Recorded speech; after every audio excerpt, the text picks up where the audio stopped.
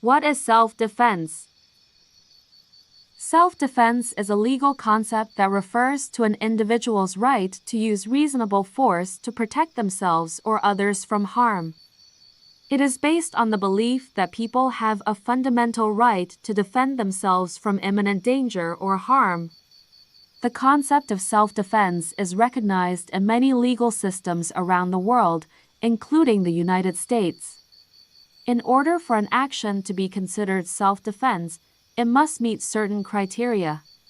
First, the threat of harm must be immediate and imminent. This means that the person must reasonably believe that they are about to be harmed and that the harm will occur in the very near future.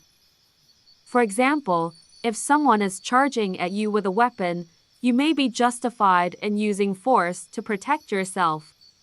Second, the force used in self-defense must be proportional to the threat.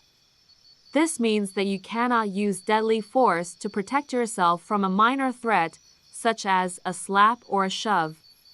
The force used must be no greater than what is necessary to stop the threat.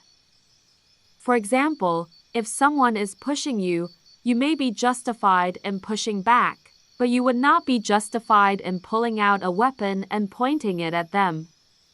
Third, the person using self-defense must have a reasonable belief that they are in danger.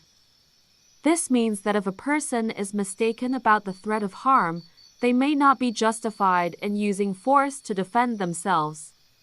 For example, if someone mistakes a toy gun for a real gun, they may not be justified in using deadly force to protect themselves.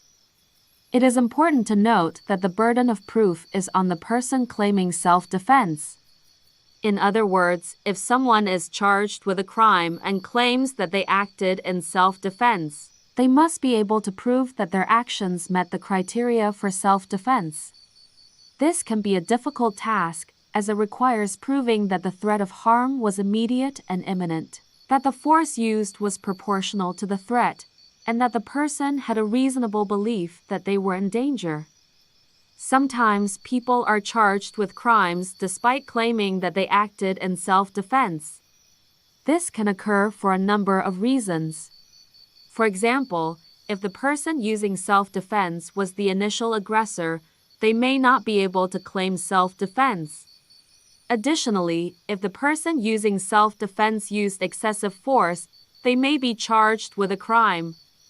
In some cases, political or social biases may also come into play, leading to charges being brought against someone who was acting in self-defense. To address the issue of innocent people being indicted for defending themselves, there are a few potential solutions. One is to increase education and awareness around the criteria for self-defense, so that people can better understand when they are legally justified in using force to protect themselves.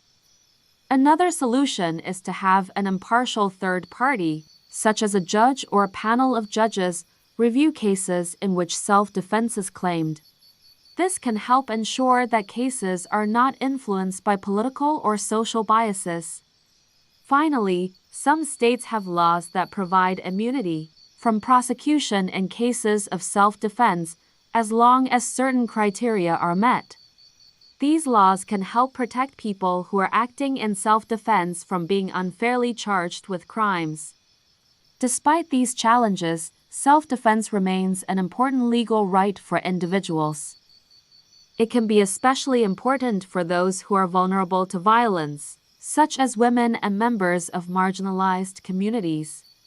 By understanding the principles of self-defense and the legal requirements for using force in defense of oneself or others, individuals can protect themselves and their loved ones while also staying on the right side of the law. If you like this video, please like, share, and subscribe.